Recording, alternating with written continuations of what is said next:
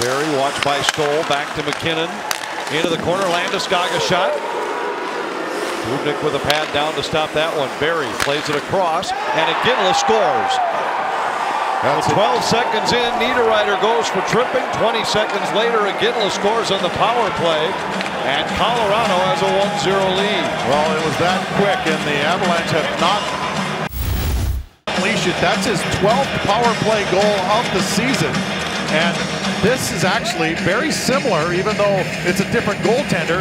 This is almost identical to the spot that Ovechkin scored on Kemper a couple games ago.